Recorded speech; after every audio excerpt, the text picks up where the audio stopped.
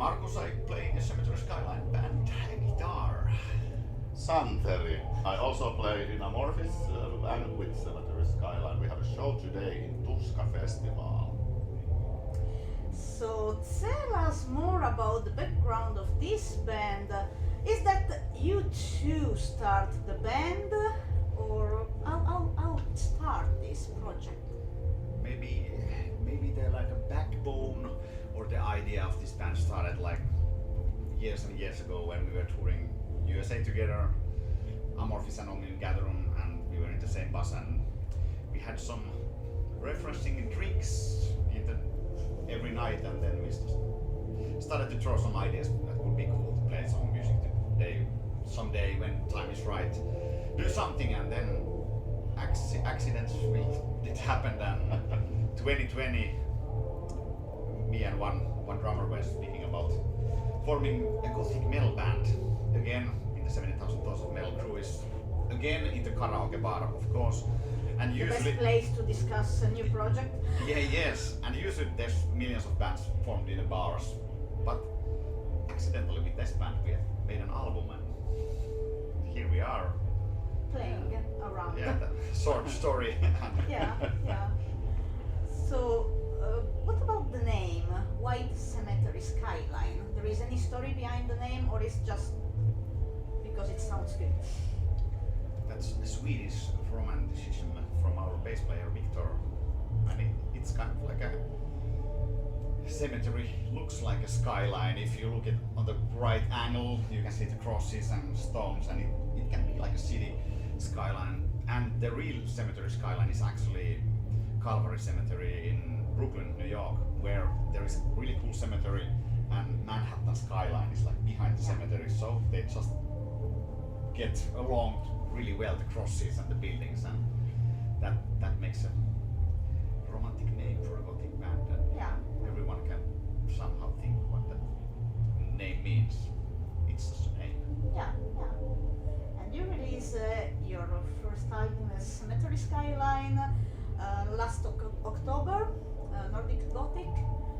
So what can you tell about the genesis of this album and the lyrics? Well, Mika wrote the lyrics, so maybe he's the right guy to speak about it. But I don't know. We had a couple of different name ideas which would represent the lyrical context at its best. But somehow we ended up with Nordic Gothic to point out that we are all from Scandinavia. The music is dark and melancholic and atmospherical. And somehow we ended up with the Nordic Gothic theme. Obviously we had like 30 different, everybody's throwing ideas. That's the most horrible situation ever when you're making an album. But I think it was Mikael who finally just stopped the madness and said like, hey, let's go with this. And it represents us, our location, and the style of the music and the atmosphere of the music perfectly. Yeah. And Nordic Gothic, that's way different than, for example, Italian Gothic. Really different sides of the same palette. And Michael did this really cool concept for the album, which tells about like a Swedish and Finnish loneliness, that people actually love to be alone and they can die alone. And Sweden and Finland have probably the biggest rate of like people dying alone in their apartments, because we don't have that kind of same family culture that generations are living together and families are living like in the whatever same blocks, same houses. So that's actually a Gothic story. Sometimes it's good to be alone. Yeah. That's true. That's not a dream. That can be even beautiful. You know, I'm Italian, so living in Finland. You didn't know. I didn't know that. Oops. Yeah, but I learned. I must say I enjoy to be alone. I do a work that is social, and I work with people, and I talk a lot with people. And sometimes during the weekend I don't want to see anyone. I just want to be. Yeah. That it's and for example, if I remember before moving, if someone was going to the same building, I was waiting that that person get the elevator, so I don't have to Yeah. interact with that person That's because I don't like that. That's actually the Nordic Gothic. Yeah. Indeed. So I'm Finnish even if I'm not Finnish. Yeah. But let's get back to your band. Which is, or do you have a favorite song from this album? Well, obviously it changes, you know, like depending on which mood you are, or but my personal favorites are maybe the most disco songs, like In Darkness and Torn Away, you know, like with a lot of energy and stuff. On the other hand, if I should now listen to one song by myself, I would probably listen Alone Together, because it's a long atmospherical artistic ballad, which it's kind of like but as a party song, something up tempo, I would say. Wild Storm, pretty nice. It's always like hard to pick your personal favorite from your babies from the album, and obviously it changes from time to time.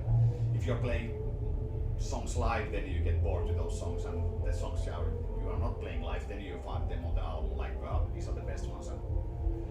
But at the moment, I think I'm a ballad guy. I like When Silence Speaks and Alone Together, but of course ballads are not the best to play live, especially in the festival in the summertime. But it works because you know the audience needs sometimes that moment to calm down for a moment and They need to dance and hug. yeah, maybe someone is getting in love in the middle of the audience. You never know, in the middle of the pit.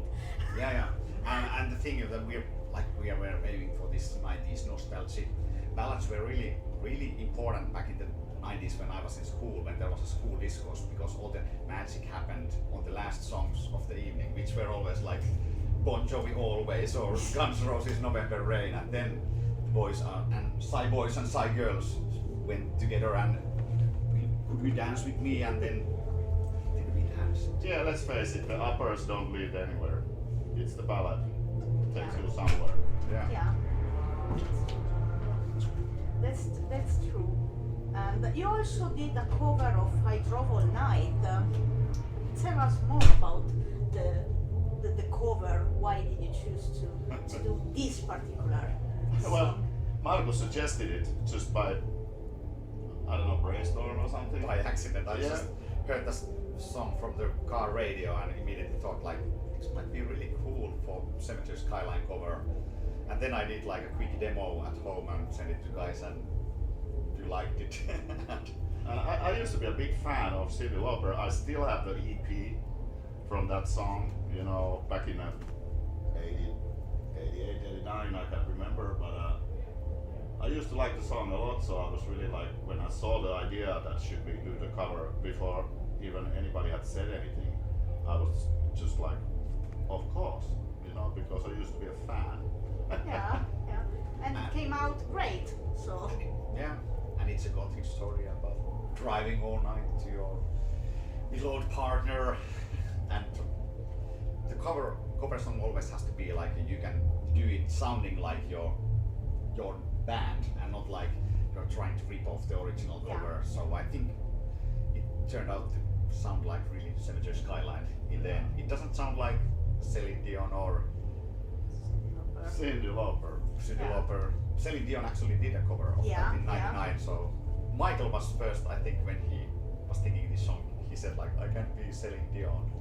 Well, you can be Roy Orbison of goth. Yeah, that's the actual origin. The funny thing about your band, if you want to say funny thing, or the funny story is that We are not funny, we are goth. you were announced to play at John Smith Festival before even announcing the band. So it was, you are announced but nobody knows anything about you. So Yeah, it was actually the thing with this band, like we wanted to do things a little bit different, because you get bored to this same old that we are doing in our so-called mother bands. And then, for example, the demo thing, I went to Century Media office for some Insomnium related thing, and then I had a demo. I just said to the boss of the label that I have a new band and a new demo, do you want to listen to it? And he was like, wow, that sounds cool, let's go to the listening room. And then I didn't tell anything about the band, just played the song, and I think first song was Torn Away, and in the middle of this song Philip was already like, yeah, I want to sign this, but what is this?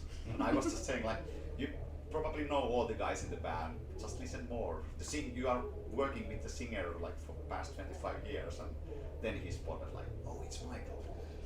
And then after that we decided to come out of the closet in John Smith Festival just the way like Jonne, Mr. John Smith is actually our Finnish booking agent at the moment and really like a helping hand for us in many ways, and he just was with me like, let's do something stupid, let's announce this band before nobody knows what is Cemetery Skyline, and there was nothing in the internet about the band, and let's just see how people react, like let's put the band name quite high on the poster and then see what people are saying. And then people started to talk in the forums like, what is this? Is this some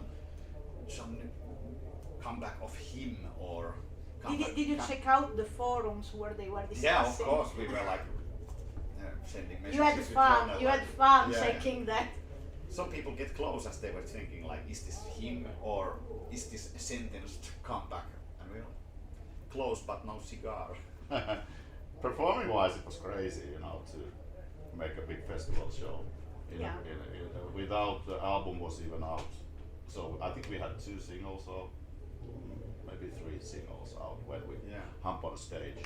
So it was kind of a challenge and something we've never done before, because so it was exciting for you. I don't know if excitement is the right word. I would say horrible stress, you know, is the right word.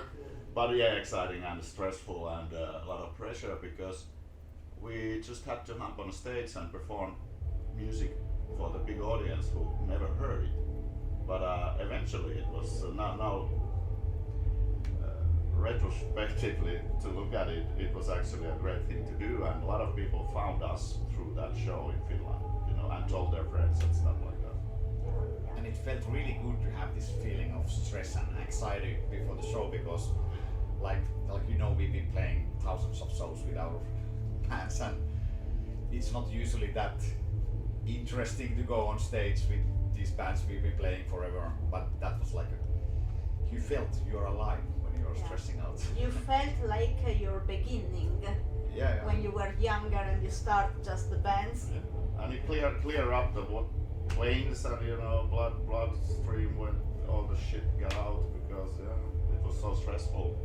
But yeah, very exciting, of course. Yeah. Fresh new beginnings. And for how do you users. feel now when you play live? Do you still feel this kind of nervousness, or it's more easy now? Well, I think Vesa just counted that today is our 8th gig, so we are not so professionals yet in these fields, but it's starting to feel like natural, like now we have some shows under our belt. Yeah, the problem is that we don't rehearse, because 2 guys live in Sweden, 1 guy lives up north in Finland, and you live in the east. So it's pretty complicated to organize like a proper rehearsal. So basically we have like 1 week or 2 weeks or 2 months, and then we just hump on the stage. So everybody would be lying if they would say that it's not stressful and exciting, and it's definitely something different. Yeah, and it's getting a little bit normalized, you know, because 8 shows. Yeah, but of course it's stressful, and today the Tuska is also live streaming in the internet all around the world. So yeah, what could be more stressful than a show without rehearsals and then live stream to the biggest worldwide podcaster? What could go wrong? Let's see. Yeah, but you had a spring tour around Finland and it was full sold out. So congratulations. Yeah. Well, it's not a surprise that you achieved that, but how do you feel thinking about that all the dates were sold out? Well, everybody would be lying if they would say like, yeah, this is how it goes. Yeah, it doesn't normally go like that. You have to tour your ass off and convince the people, you know, and their friends. I don't know. It's very hard to talk about it because I have no idea how did it happen. Maybe it's the music. Maybe it's a combination of the that there's a lot of famous guys, but I don't think you can get like every show sold out just because it's kind of super group. I'm not buying that. There has to be something in the music or the time was right, you know. Yeah, I think that people needed your music now. Something like that. Because if you think about what it's going more now in the rock metal scene, it's not what you decide to play, so it's different and people needed that. And the album is great, so... It's a good combination and it has to be something to do with that. And also I heard already like when we released a couple of singles that my friends who don't normally even follow my bands or listen to Amorphis or Insomnium or Dark Tranquility, there was already some sort of a friend to friend sort of that they're all like, yeah, this sounds good. So maybe we found something new and those people haven't had a chance to go listen to this kind of a melancholic rock for a long time. Maybe like, I think it's more accessible for everybody because it's more melodic. So even people that don't listen to metal music can enjoy because it's not metal. Yeah, So- maybe that's our principal idea was kind of like right. Even in like 2020 we were thinking like Gothic metal was really untrendy. It had died like 20 years ago. And in the 90s it was a thing, but all these bands, Hymn Sentence, Typo Negative, they have quit and are dead into order, so maybe people have been having a vacuum in this kind of field of music, so maybe this is something we brought back also. Yeah, Gave some new life. yeah, that's true, that's true. And now we are playing the summer festivals, but September is coming and you have a tour in Latin America. So what do you expect from that? I know that there the fans are crazy, so a lot of energy from the fans probably. Yeah, it's the first actual tour for this band, so exciting times ahead, good times with good friends, sharing some caipirinhas in Brazil and yeah, I think it came through that we had one festival booked in the USA, the Prog Power, and it's pretty hard work to get there with all the equipment and all the crew, and then we started to contact our friend promoter in South America that maybe we could do more shows because we are already there. So it was quite surprising that we got the tour, and everybody knows this kind of music is very popular in South America. Also, everybody knows it's always fun to go there, fans are great, atmospheres are great, but to be honest, I have no expectations yet. You know, I don't trust social media that much that you people say, great, there will be, I don't know, let's go and see, and I hope for the best. And at that time we will be ready because we've done like 50 festivals and the club tour, so the shows are going to be great. Let's hope that the audience finds us also in South America. There's a lot of countries, it's a huge continent, so let's wait for the best. Yeah. what will be for sure it's that we look like real Gothic guys after that, because Latin American tour means usually no sleep at all, so we will be looking like zombies after that. Yeah, but let's see what's gonna happen there. Yeah, I think that it's going to be a success. So I don't have doubts about that. But the tour is always a question mark. Everything can happen on tour. So. Well, normally what happens in South American tour is, as you said, no sleep and a lot of hangovers and a lot of meeting new people. It's great. And good weather, come on.